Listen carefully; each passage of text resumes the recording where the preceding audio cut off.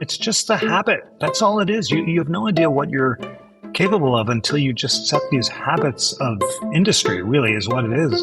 And then you kind of have a deep sense of not wasting time. The founders are obsessed with this. George Washington has clocks everywhere. John Quincy Adams is always beating himself up for wasting time. He says, if only I had a little more self-discipline, I might have ended war and slavery. He sets a very high bar for himself. And you don't do that. But, if I have a morning where I've written a song, it's, first of all, the whole day is vindicated. Even if I make a hash of the rest of the day, I've created something. Welcome to A Life Worth Working, a podcast about how we get to the soul of work. We're your hosts, Dana Allen Walsh and Michelle Weise. Michelle is an education and workforce strategist, and I'm the senior pastor of a progressive church. And as always, we love hearing your comments, questions, and thoughts. So please know you can email us at any time at hello@alifeworthworking.com. In this episode, we chat with Jeffrey Rosen, the president of the National Constitution Center. Jeffrey also serves as a professor at George Washington University Law School and as a contributing editor at The Atlantic. And he's also the author of several books, including his recent work on the Founding Fathers' understanding of the pursuit of happiness. Jeffrey shared with us that there was a moment in college when he had a strong sense of calling without understanding exactly how he was supposed to fulfill it.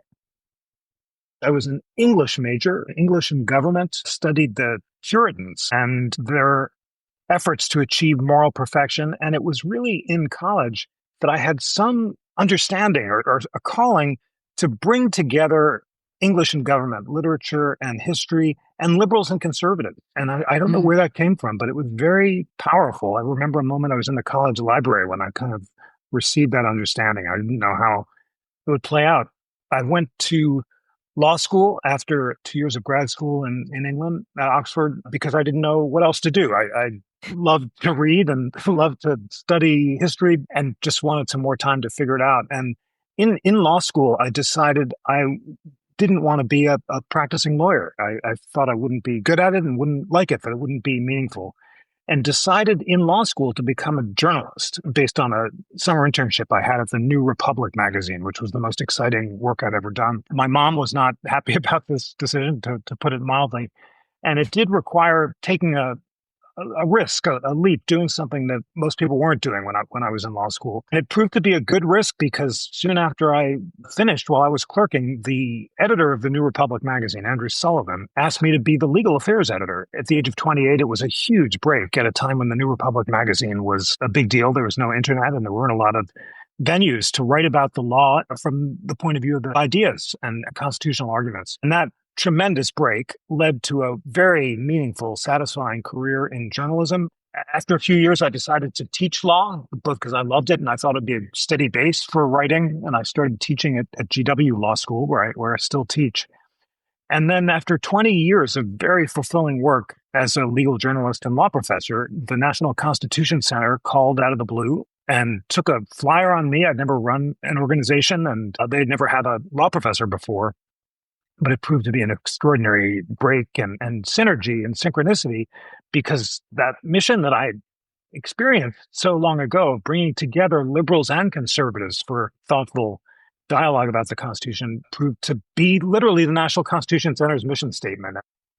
I've really enjoyed what you've written around the founders' pursuit of happiness and this understanding of virtue rather than pleasure, and also your connection to personal self-mastery as necessary for democratic citizenship. And I'm curious about how you see that connection today around character development and civic participation, especially when we live in such a time of immediate gratification and convenience rather than a time of self-restraint.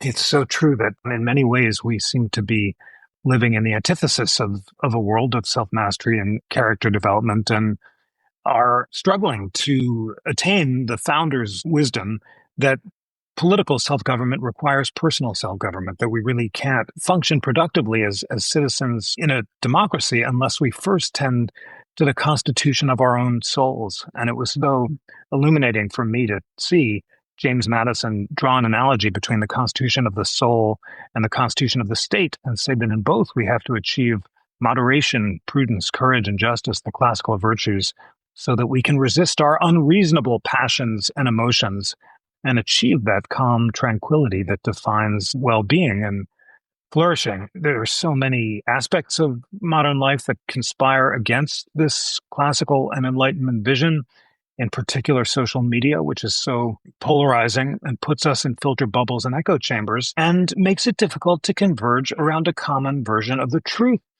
We're in trouble by taking our opinions and our cues and our news from partisan and polarized sources that reinforce our most extreme impulses and encourage us to be ruled by passion rather than reason. We are finding it difficult to achieve the founders' ideal. Let's talk a little bit more about this idea of self-government, because I think most listeners won't necessarily know what we're talking about. And I think you have some wonderful stories also about our founders and their notions of self-government. And you yourself have tried to engage in some of these practices of self-government. So let's talk about that briefly.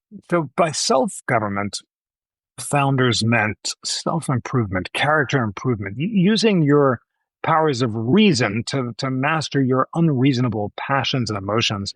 There's this chart at the end of Aristotle's Nicomachean Ethics that I can never remember, but it's helpful. There are a series of emotions or passions, and for each one there's an excess and deficiency. So we're seeking not exuberance or despondency, but moderation. And by finding the golden mean between passions and emotions, we can avoid unproductive emotions like anger, jealousy, and fear, and cultivate productive ones like prudence, temperance, courage, and justice that allow us to fulfill our potential, be our best self, and serve others. So I was following Thomas Jefferson's reading list. He has this absolutely extraordinary reading list, which he would give to anyone who asked when he was old. And the reading list is amazing, both because of the range of the books, which include literature and political philosophy and ancient history and science. And he was very big on poetry and Shakespeare, but also the schedule. You have to get up every morning before dawn, read moral philosophy for 2 hours, watch the sunrise, then keep reading for 12 hours a day, essentially.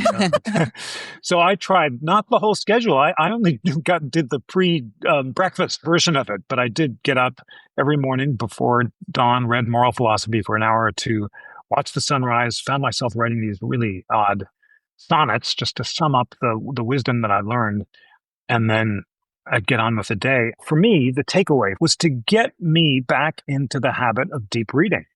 And for the founders, it's all about habits. And by engaging in this really unusual project during COVID of getting up every morning, spending 2 hours reading moral philosophy, watching the sunrise, writing these weird sonnets, I found myself invigorated by the thrill of learning every day. And it's just so stretching and expanding to read every day the way I used to in college and now do. And it gets you out of your head. You can't, worry about the latest political news or something at work that's bothering you. You have to learn and grow. And being a lifelong learner really is the definition of the pursuit of happiness.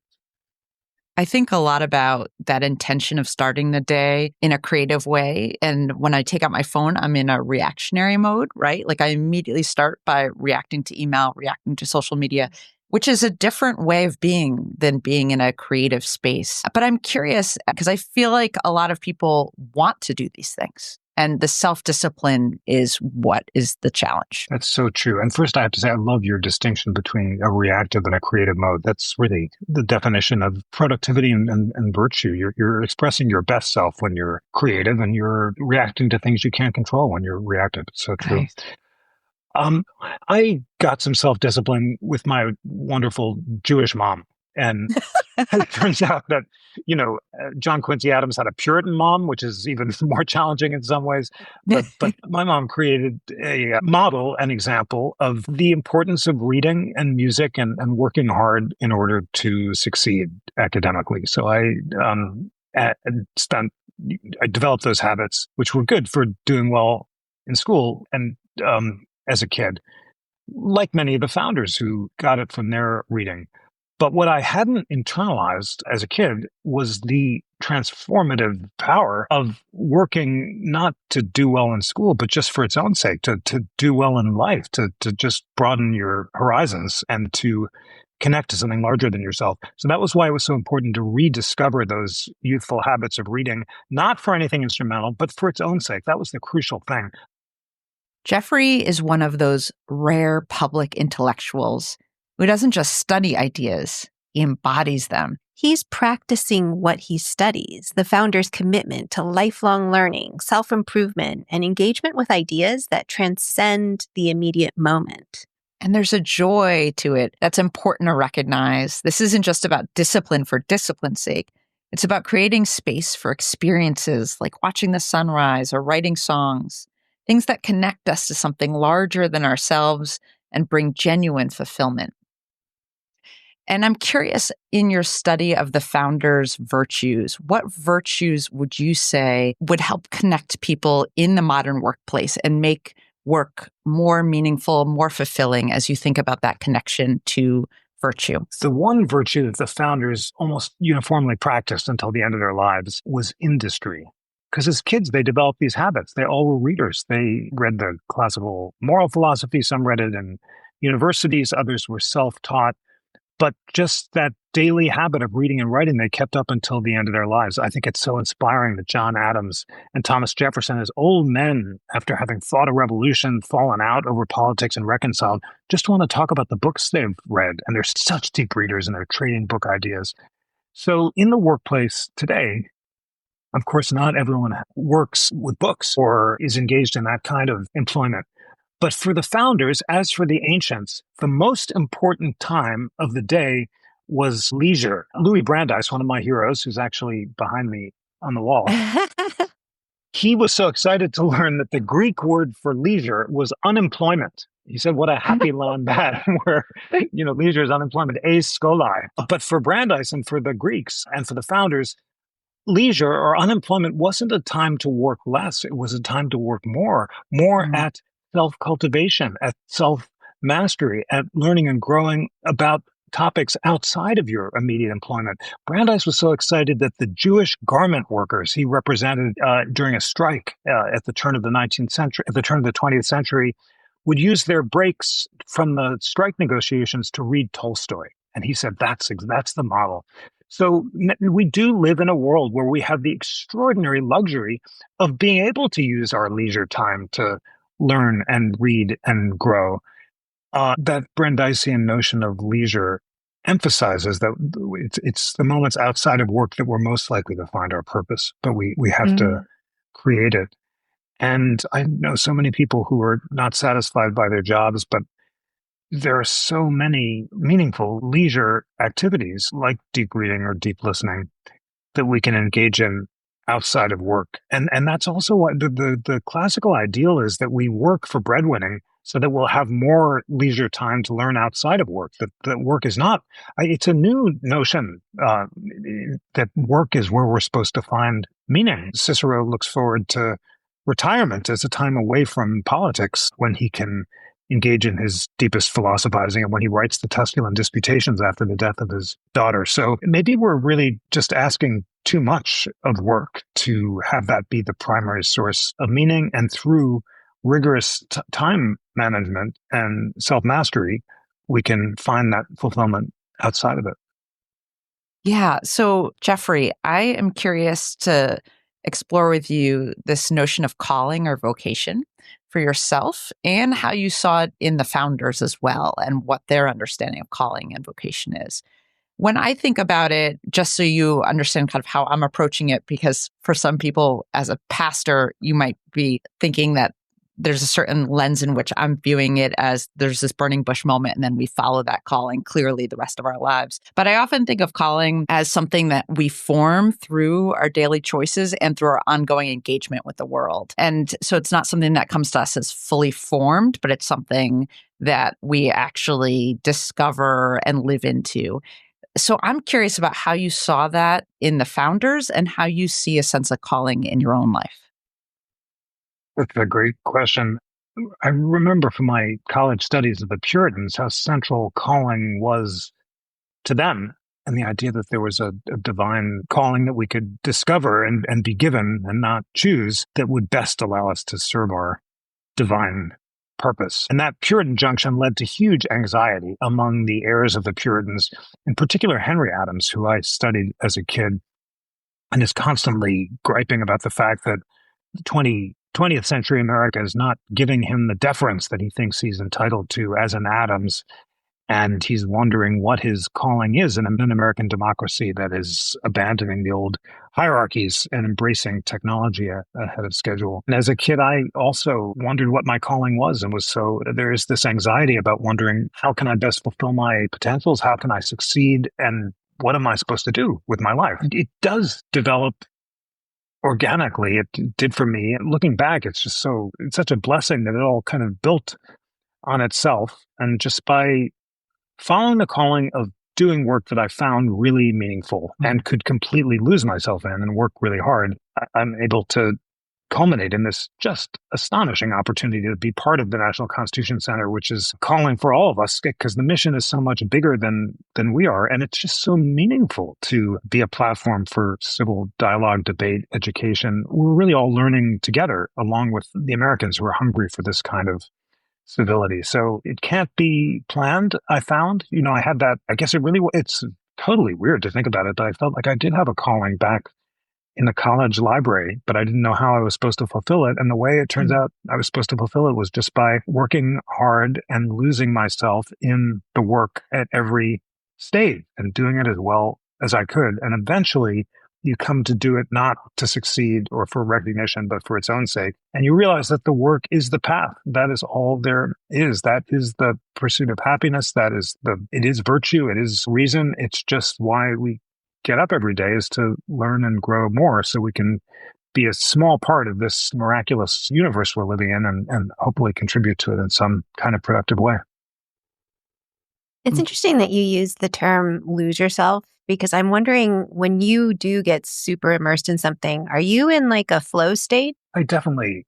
Yes, I think so. You completely lose yourself and you can't be distracted. When I'm reading or writing, I'm just completely lost in the task. There's a great example from Justice Ruth Bader Ginsburg, who is the most focused, virtuous, self-mastered person I've ever had the honor of knowing, was having a birthday in her chambers, and she's doing her briefs and reading at her desk, and clerks come in to celebrate her birthday, and over 10 minutes, the room is full and everyone is there. And then suddenly she just looks up in surprise because she hasn't noticed that anyone else has come into the room, because she's totally focused on the path. And you just know it when you see it, that kind of incredible flow state and focus. She exemplified it better than anyone.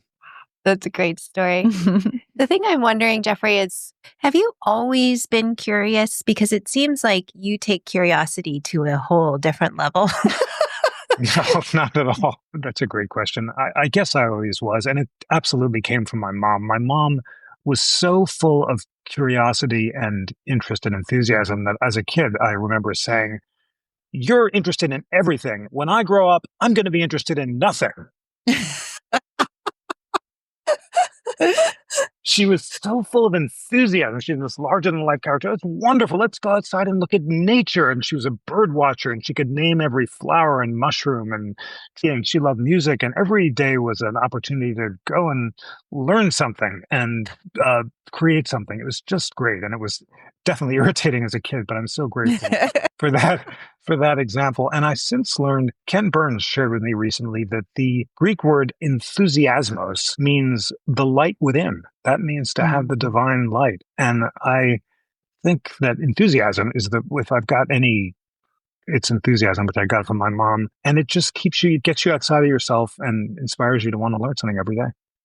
I love that. I love that too. I love that connection to your mom. Ideally, we would all decide carefully what warrants our attention, which people, ideas, objects, or projects have meaning and value for us. Jeffrey's story reminds us that this isn't just a nice idea, it's a practice we can cultivate daily. And it connects directly to the question at the heart of our podcast: what makes a life worth working? Jeffrey suggests that it's not just what we produce or achieve, but how we direct our attention and whether we're creating or merely reacting. It's fascinating to think that the founders' emphasis on virtuous citizenship might be precisely what we need in an age where algorithms increasingly shape our environment and our decision-making. Madison's analogy between the constitution of the soul and the constitution of the state feels eerily relevant to our digital age. When Jeffrey talks about character development, he's reminding us to take stock of the human skills that distinguish us from machines in an age of AI. What Jeffrey suggests is that character skills like courage, prudence, moderation, justice represent an enduring human domain that machines can't replicate. However, at the moment, we're being shaped and molded by those filter bubbles and echo chambers in which we are stuck. But our uniquely human capacity for creative character may be our most valuable asset. Our ability to start before we're ready, to create rather than consume, to show up with character on our hardest days. These are what make us irreplaceable in an automated world. In a world increasingly shaped by AI and algorithms designed to capture and monetize our attention, choosing how we focus our minds becomes not just a personal preference, but a profound act of self-determination. The question isn't whether we'll react to life today. Of course we will. The question is whether we'll make the countercultural choice to create something new in the midst of it all. A life worth working, indeed. She's Dana Walsh. And she's Michelle Weise. This has been another episode of A Life Worth Working. Don't forget to subscribe and share with your friends and loved ones who may also be searching for purpose and meaning in their work lives, or what we call the soul of work.